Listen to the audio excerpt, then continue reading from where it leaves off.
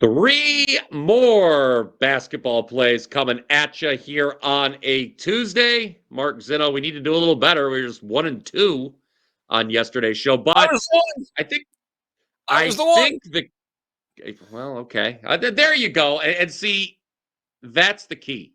You're smiling because the commenters yesterday, they they're not thought you happy. were a little sour. They wanted you to turn that frown upside down. They thought you were holding the show down. I was trying with jokes. I was trying to lift you up. You were coming off a nice weekend. You were just so upset that the Kansas City Chiefs were in the Super Bowl. I could not get you to say anything remotely positive, and I am hoping, quite frankly, for a friendlier program on Tuesday. Listen, I'm with you. I apologize to said fans. I know that you guys had a very high expectation of this show, and I did not deliver. So we will turn the page and move on. We got all the negative emo out. Emo, like the kids say, emo. And they say that anymore. Oh, they don't? That's not a thing? No. Anyway, so we're moving on here. We're in a better spot. The clients, it was a bad night for me too, and I don't care. I feel good though, but I feel good. Oh, I had a good night. We have $5 Tuesday. You did have a good night last night. I don't know why. I know why you had a good night last night. Why? Because you went out to go watch a basketball game, didn't you? I did, and I'll tell you what, another BP under. This was maybe the easiest in-person under I've been to. The total for Cavs Pistons was 235. They never were on pace to score more than 200 that entire. They finished at 201. I was laughing, and I was like, "It's unbelievable." Teams can't. I walk in the building. Teams can't shoot. It's incredible. And my clients, subscribers, people who were kind enough to give me their money for I got a little lucky last night in college hoops with Arizona against Iowa State. Not like get the old 3-quarter heave. So, all right, that was yesterday.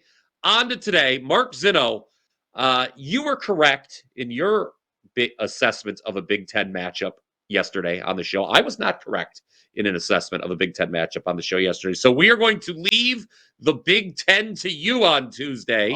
You are talking about a resurgent Minnesota team. Perhaps that might be using the term resurgent incorrectly, but they've won a couple in a row now, and they're taking on the class of the Big Ten, Tom Izzo's Michigan State Spartans. How should we be playing this one? Well, let's just put it this way. I've had enough of this Golden Gopher thing winning basketball games. This is not a good team. They've won 3 in a row. They went to overtime against Michigan, won there, somehow snuck a road win on Iowa, and then beat a ranked Oregon team at home last time out. Look, Michigan State's won 12 in a row. They're an absolute wagon. They're a top 10 team in the country right now. They're 8-0 in conference play. I get why this number is inflated, but I also get why they can actually cover it. I mean, objectively, this is a spot here where you're looking at a Minnesota defense that is in the bottom of the Big Ten pretty much in every defensive category. They're 17th out of 18 teams in defensive efficiency. They're 13th out of 18 teams in effective field goal percentage defense. You're talking about they're 14th in three-point field goal percentage shooting. I mean, you go up and down the entire list here. They don't do anything well. Offensively, there's not much to brag about either. And oh, by the way, they have the absolute worst free throw shooting percentage in the Big Ten, in Big Ten play this year at 64.5%. You know who's got the top free throw shooting percentage in the Big Ten there, BP? Oh, that would be Michigan State. Yes, at 83.4%.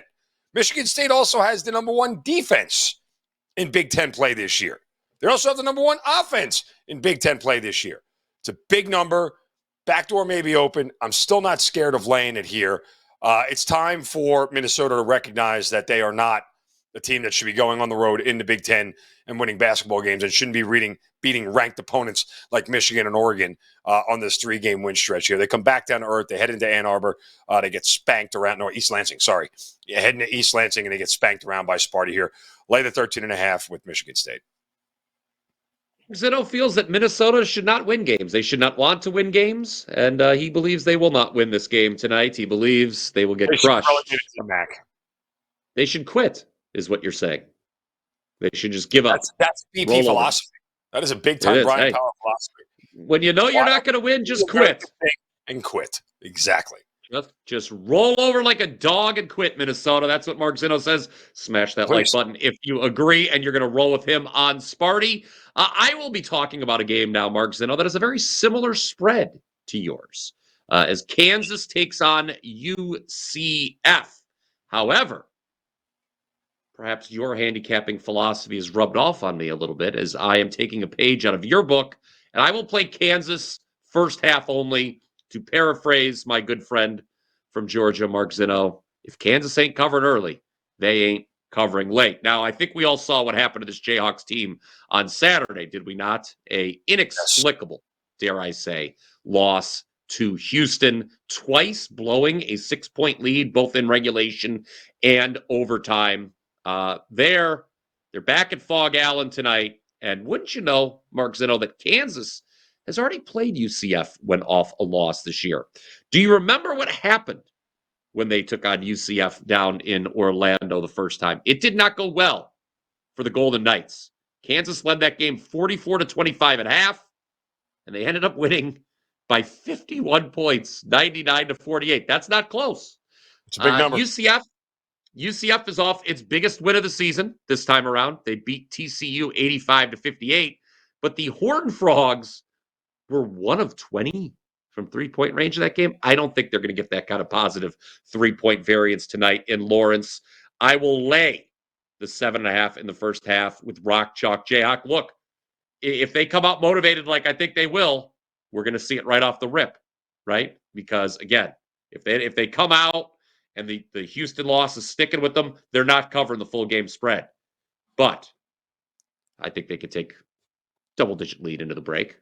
Thoughts? I mean, look, I look to play on them. You know, there were a lot of games. There are a lot of games tonight where, you know, sometimes I like to look, you know, the day before. So, like, I would be looking at tomorrow night's games already. I'll look at them sometime today before the numbers come out, make my own numbers, and try to figure out, you know, where I want to be and what games I want to look at. There were a lot of games in a lot of spots that I really liked. Just the numbers didn't add up.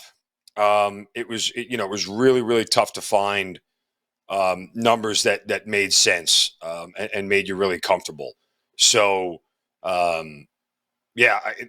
another one. Like laying it for the full game, it's the same thing with Michigan State. Like Michigan State should mollywop this team early, but you're bringing a certain level of variance. For me, like when I get over 2 possessions in the first half, I get nervous. Right? Like it's a tough spot for me to lay through, especially in college because, you know, the shot clock is longer and possessions are harder to come by and teams dribble it out more. So when you get to 7.5 in the first half, it's really like a decision point. How much better do I really think this team is? And I usually don't play those kind of numbers unless you're getting a Duke against a bottom 300 Ken Palm team. You know what I'm saying? Like that's the spot you do it where you know they're going to be leading by at least 10 or 15 and a half. So anyway, I digress, but I like the look. Just a tough number.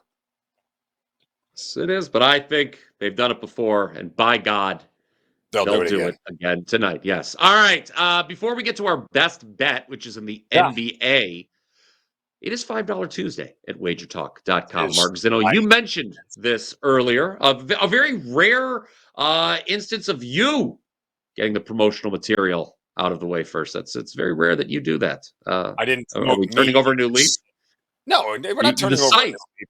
It is a Tuesday. We've been doing $5 Tuesday since beginning of football season, right? Okay. We have. I would think that the grand viewers of this program, the many people who like to jump in our comment sections and critique a lot of things about me, which are many, would know by now that it's $5 Tuesday. In fact, they would be like, hey, you know, it's $5. It's Tuesday. It's got to be $5 Tuesday. I wonder what Zinno and PP have for their $5 plays because we are good on $5. Somebody might be 15-5 in their last 20 $5 Tuesday plays. Somebody might be.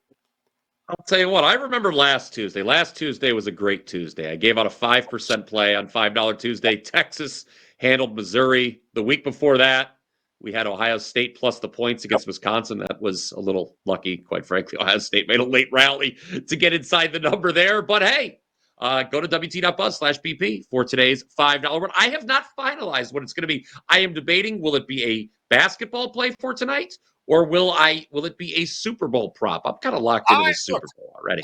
I'll be honest put it with you. this way. For those people who are subscribers, I didn't say the word, but subscribers.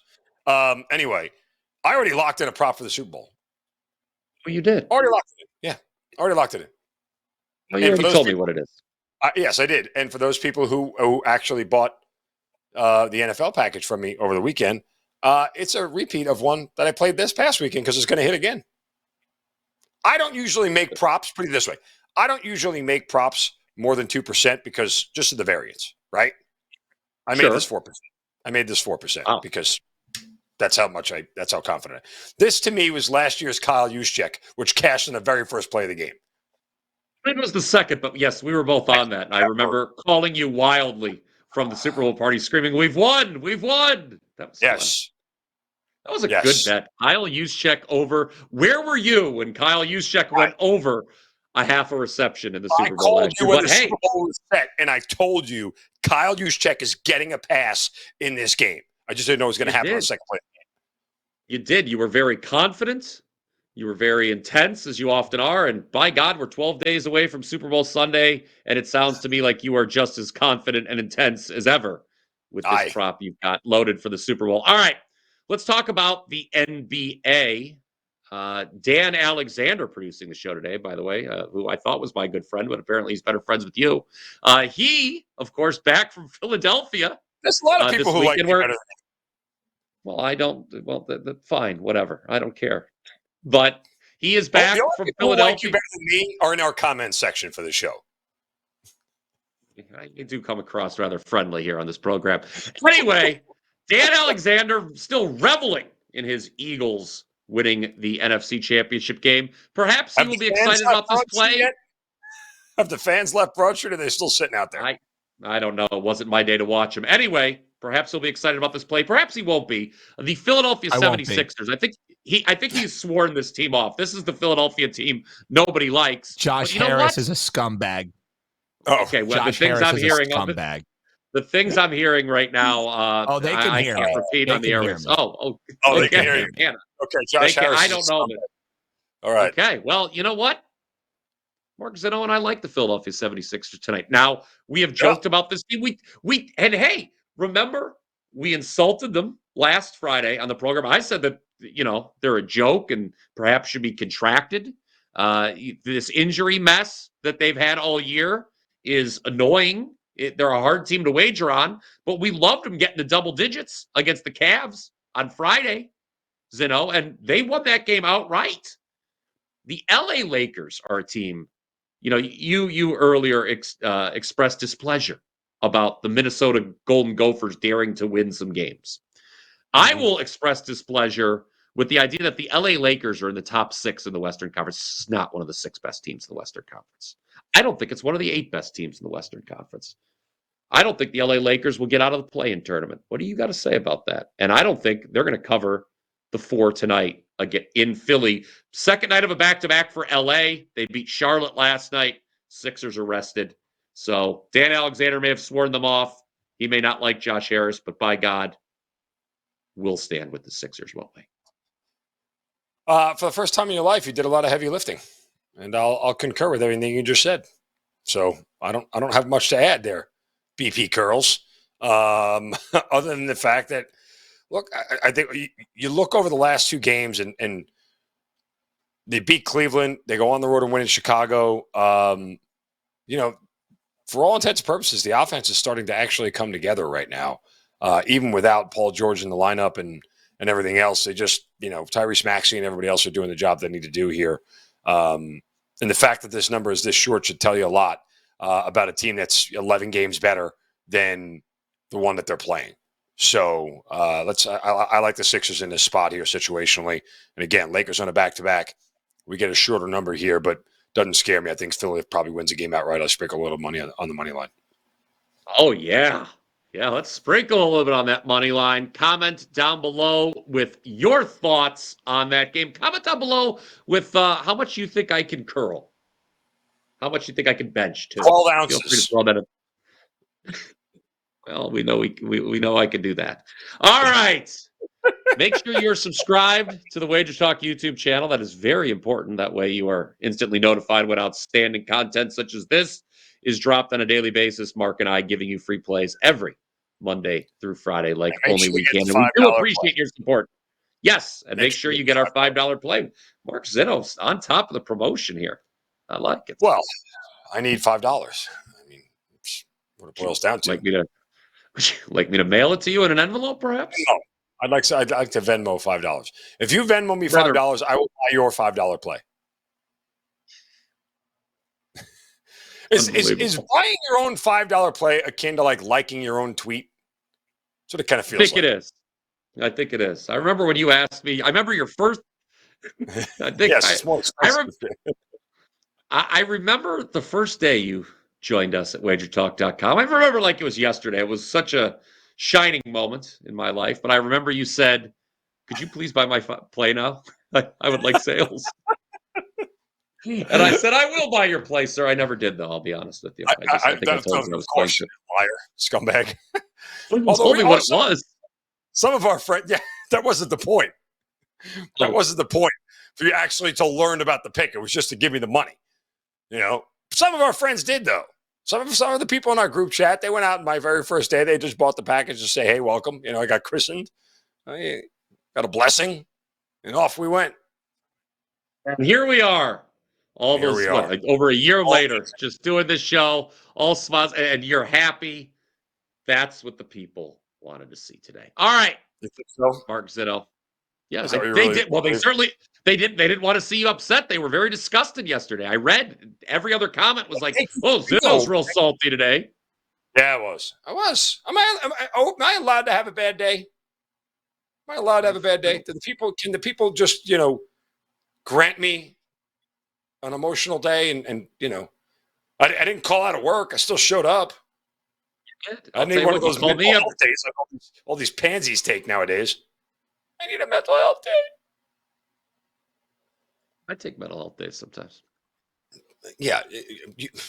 Your mental health day is when you just start drinking and you check out mentally. There's a difference. No, I need a mental health day sometimes from some of your verbiage on the phone all the time. That takes a lot. That's a part-time gig dealing with you on the phone every day. I'll say that. All right. You get very flustered sometimes having phone conversations. Well, I mean, you just keep talking. It's unbelievable. All right, everybody, we are done talking for today, and we'll be back tomorrow. Until next time, let's cash some tickets. Feeling good is fast. Marks, cash is tickets. Always got my back.